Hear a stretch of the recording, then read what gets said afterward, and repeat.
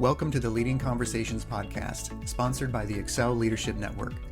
On each episode, JD Pairing will have conversations with church planting pastors and leaders from around the country. You can learn more about how to connect with Excel at the end of this podcast. Let's join JD now and listen in on this leading conversation.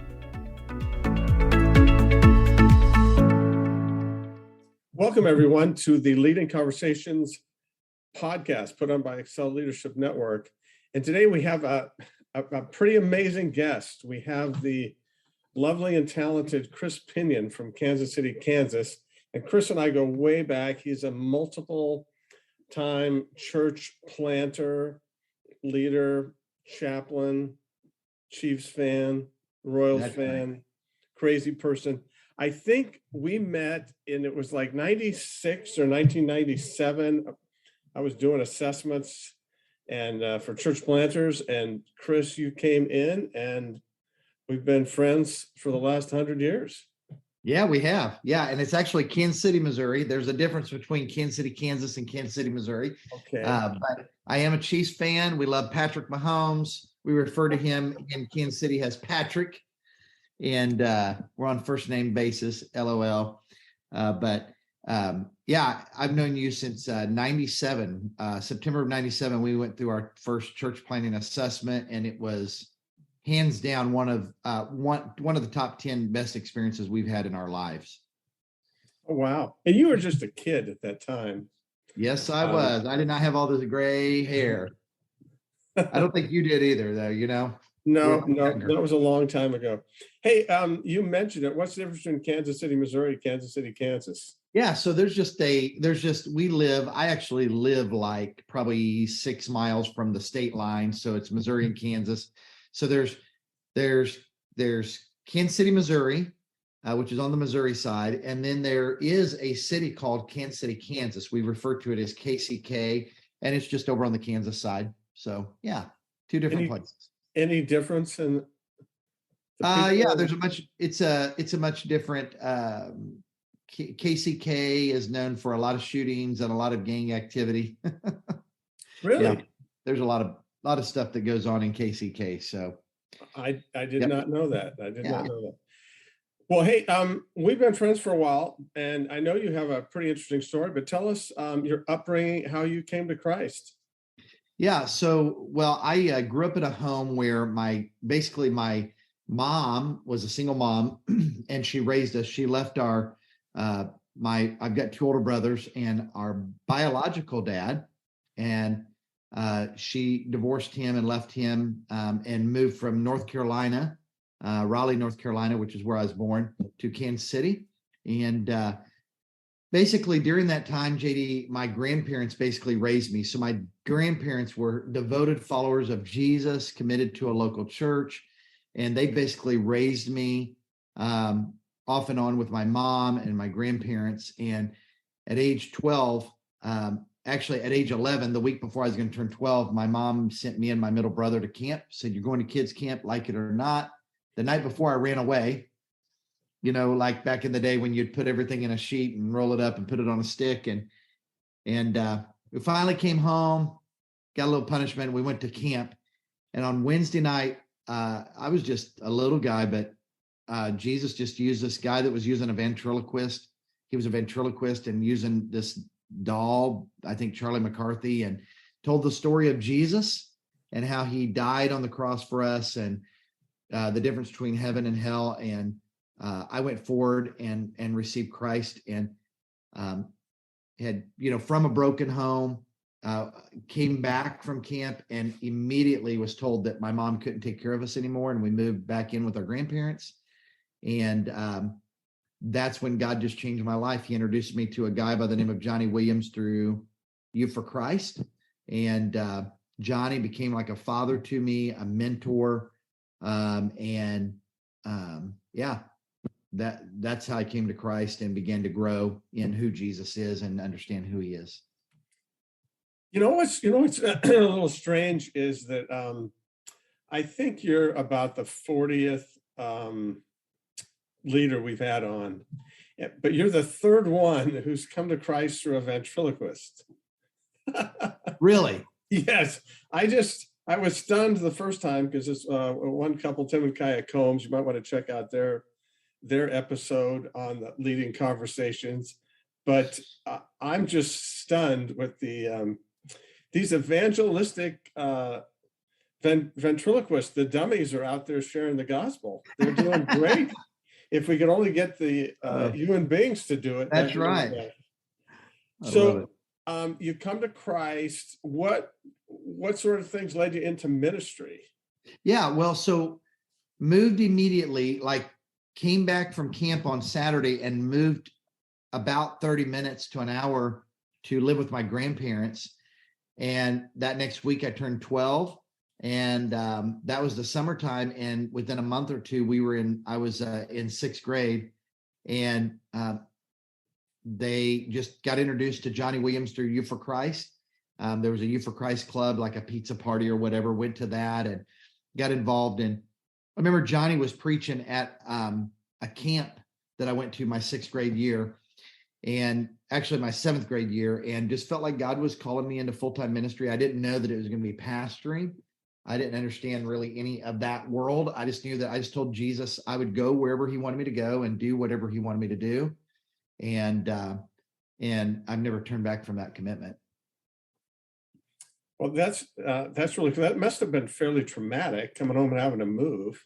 Yeah, but that was part of the lifestyle that we had grown up in. You know, my mom has been, she went on to be with Jesus back in March. And in her lifetime, she was married 8 times, divorced 7. There were men in and out of her life, and she was working 2 or 3 jobs. So it was kind of the way I describe it to people is if you're born without an arm, then you don't know what it's like to have 2 arms. So I was just born into a family that there was just dysfunction from almost day one. And so I really didn't know any difference. So your mom was married 8 times. Yeah. And divorced 7. Her last husband passed away. Oh, wow. Yeah.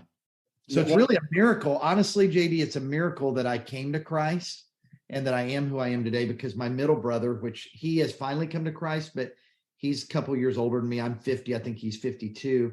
And he's been in and out of prison, federal prison, state prison, ever since he was like 20 years old. So it's really a miracle that Christ got a hold of my life, and that I've been able to live the life and be who I am. Well, it is remarkable, Chris. I've known you for a long time, and I've just seen you mature and mature and mature. And the fact that you've hung in there with God and just pushed through, given that background, is amazing. So kudos to you. Praises to God. Let's talk about church planting. How'd you get a call to church planting? Because you were doing church planting pretty young. Yeah, so did it pretty young. So I was on staff at a church. I was called back in the day, the Minister of Christian Education, which meant that I did everything.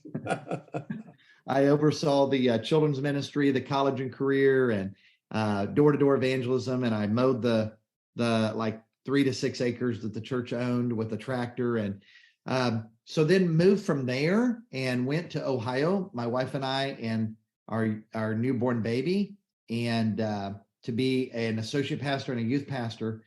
And during that time, we were working for a pastor that just, it just wasn't the best experience. And my wife and I were at a park one day, JD, and we saw this young couple like us. And we thought, oh man, we both instinctively, like, we want to invite them to church. And when they left, we said, but why didn't we?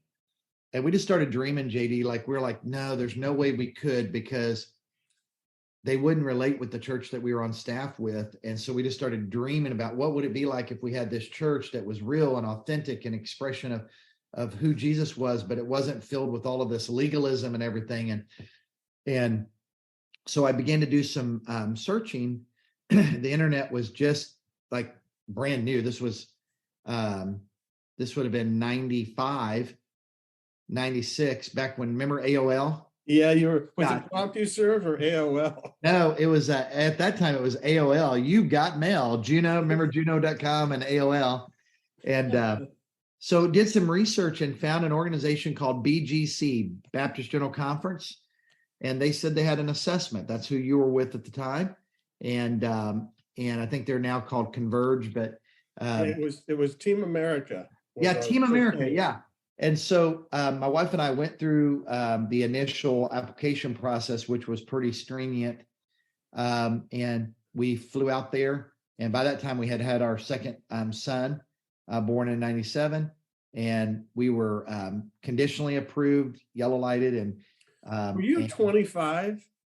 So I would have been, I'm 50. I just turned 50 in July. So I would have been, I got married in 93. I would have been 21. So probably 24, 23 or 24. That explains a lot, Chris. Yeah, but That's you looked older. You looked mature. That's been a long time ago. Yeah, that was because I mean, because you went out and planted pretty young. Yeah. Tell us about that. Yeah, it was, I always tell people, when you're looking through the rear view mirror, life looks much differently than when you're looking through the windshield. Certainly. And the more I look through the rear view mirror, it was the greatest thing that we've ever done. And the most excruciatingly painful thing we've ever done is planting the very first church. A lot of it, JD, honestly, was because we didn't know what in the heck we were doing. You know what I mean? And there wasn't the kind of coaching that we have today. There weren't the kind of systems we have today. Everything was based on numbers. You got to raise this much money. You got to run this many in attendance, and everything was about starting a church service. And so I was with a bunch of church planners yesterday with the North American Mission Board, and there were about 60 or 70 in the room. And I just told a couple of them, look, they're like, hey, I'd love to get together. I'm like, I would love to get together. I can definitely tell you what not to do. I don't know if I can tell you what to do, but I can tell you what not to do. And, I was an insecure leader, and just had a lot of, issues like I think everyone does at that age. And made a lot of mistakes. But it was a great experience because who I am today, JD, the church that I lead today, Life Quest, which we started, my wife and I had the opportunity of starting that church. We actually started the first Bible study in January of 2003, and we launched the public service in April 20th of 2003. So we'll actually in 2023 be 20 years old as a church. Well, I've always been really, I guess I could say proud of you, Chris, for doing it again. And you have plugged away. Life Quest is a really good church. You've made a big impact. But we were talking this summer, and you had talked about a breakthrough you had about you said insecure leader, and then you had a major breakthrough recently. Yeah. So I'm 50. I turned 50 in July, and when I turned 40. Actually 38, from 38 into 42 were probably some of the hardest years because I don't know why 40 was such a big number, but I was like, man, I just felt like the best days were behind me. I felt like that, I wasn't going to be able to do anything major for God. I didn't feel like he was really going to be able to use me. I let my physical health go downhill. I had let my spiritual health go downhill, emotional, mental, they all go together. And so during 38 to 42, God and I really wrestled, and I had a breakthrough at age 42 where I discovered my identity. This is the way I described it. The way I used to live my life is like this. I was going to be the best church planner, prove everybody wrong, that I was going to be the best of the best. And it just came out in all kinds of expressions. The bottom line is, JD, I was insecure. And by the time I had turned 42, and there's not an exact moment, if you know how this works, God is working on you. He's still working on me. But now I view my life like this, that I am a child of God who happens to be a husband of 29 years, a father, a pastor, a chaplain.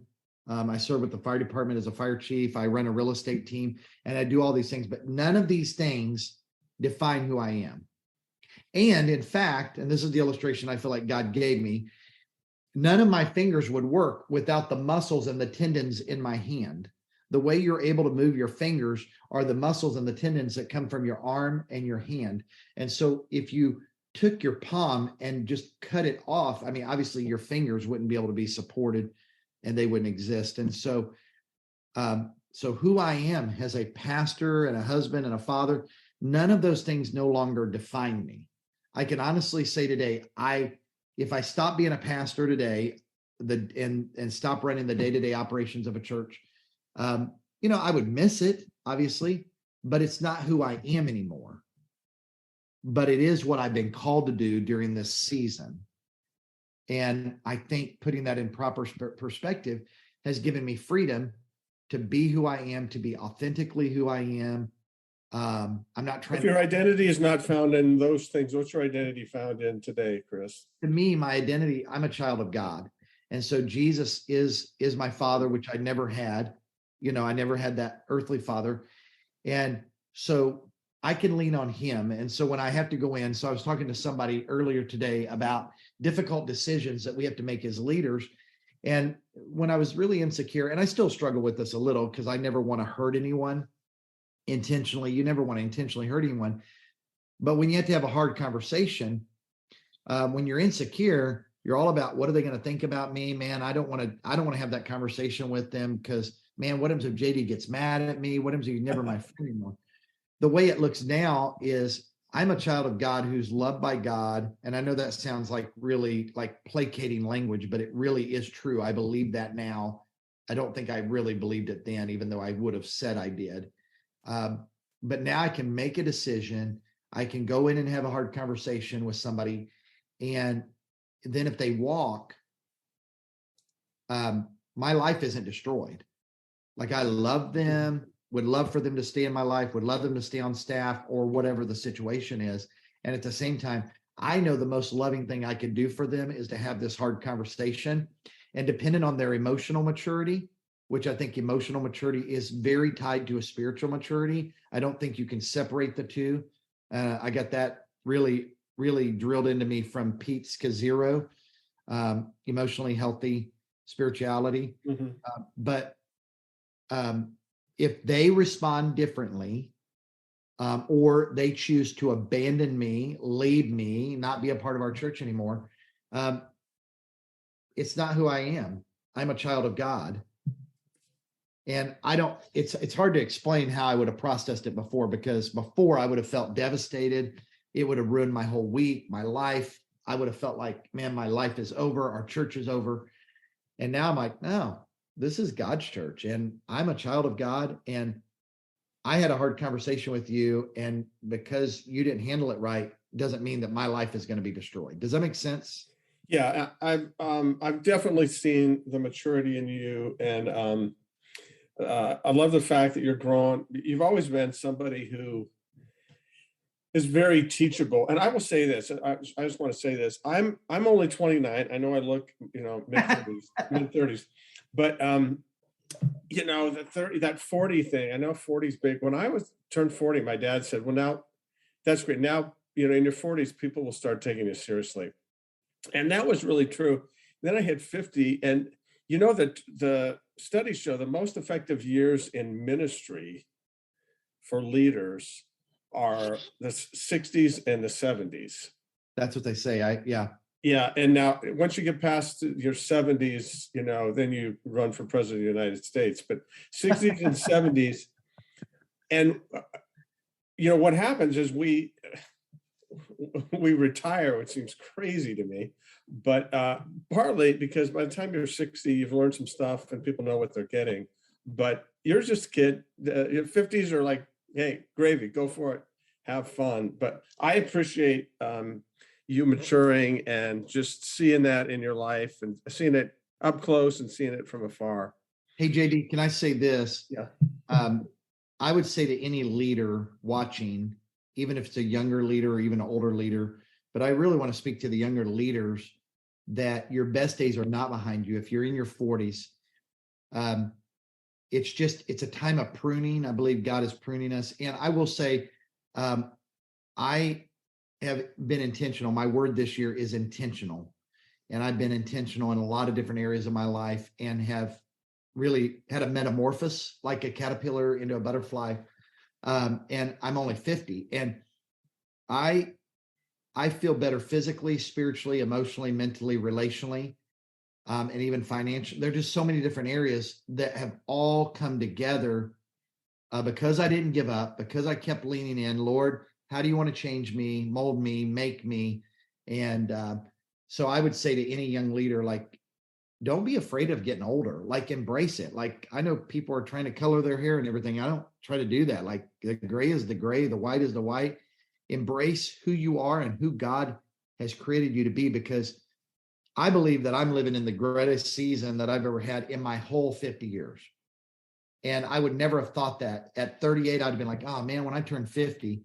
And I've also had to change the way I eat, the way I, what I do and how I live, so that I can be healthier. And you've been a great example on that, by the way.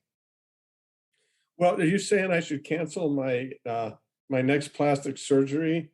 You've never had any plastic surgery. You've always been very intentional about taking care of your health. And when I say health, I'm not just talking about physical health, but spiritual, mental, emotional. You've always done really good at that. Of course, your wife is a counselor too, so that makes it. Yeah, so she helps me out. Hey, let me ask you this. So what's next? You just turned 50. I know that's a big deal for you. What's on the horizon? You know what? I don't know if I really have an answer to that, if I'm going to be honest with you. I believe that God is doing some incredible things in our church. Our church is healthier today than it's ever been before. I've got the healthiest staff that I've ever had. And then, I'm serving in the community. So I serve as a chaplain, and then also just took on the role of an assistant fire chief for a local department, part-time volunteer department. And here's the deal. I get a lot of people that they can't figure me out because, everybody tries to put everybody in a box of the way they do life, and I just tell people, you don't have to try to figure me out. Like, I am who I am, but the opportunities that I had, and the reason why we weren't able to do the call last week, we got a fire call at the last minute. I'm able to rub shoulders with people that are far from Jesus. So I am actually out mentoring and discipling people that are in the community that don't know Jesus.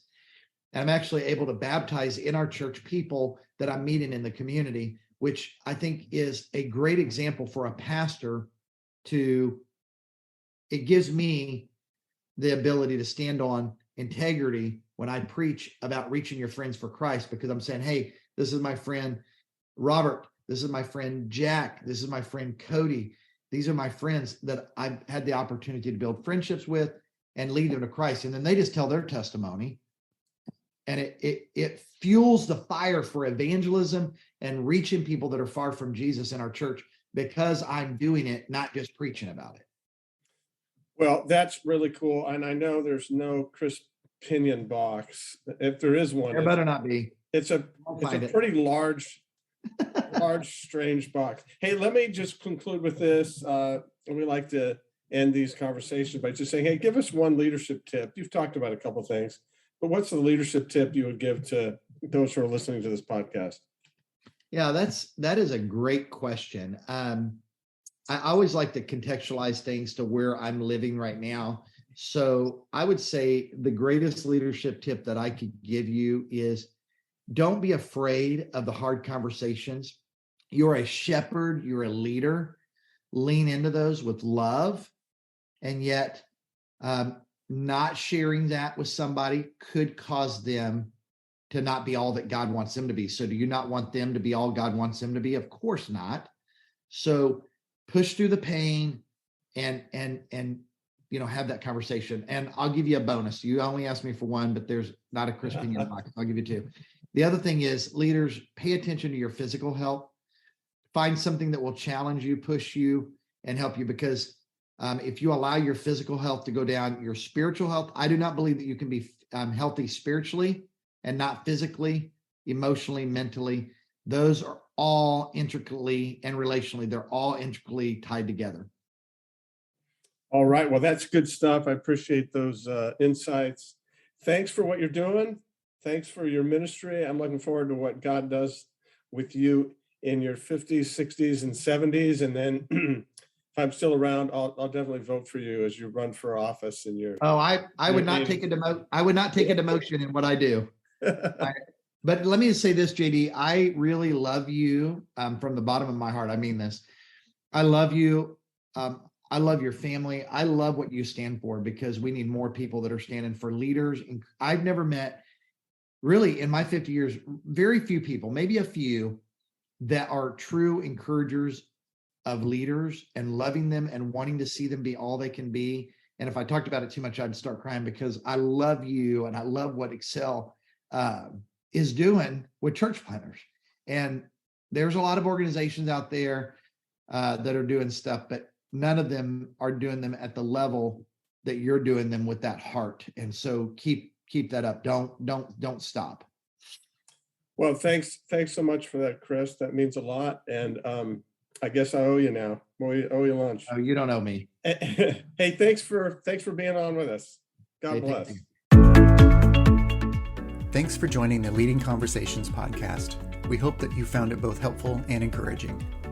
At Excel Leadership Network, our focus is on the church planter rather than the church. If you'd like to find out more about us, visit our webpage at excelnetwork.org. Don't forget to subscribe to this podcast so you don't miss any future episodes. See you next time with another Leading Conversation.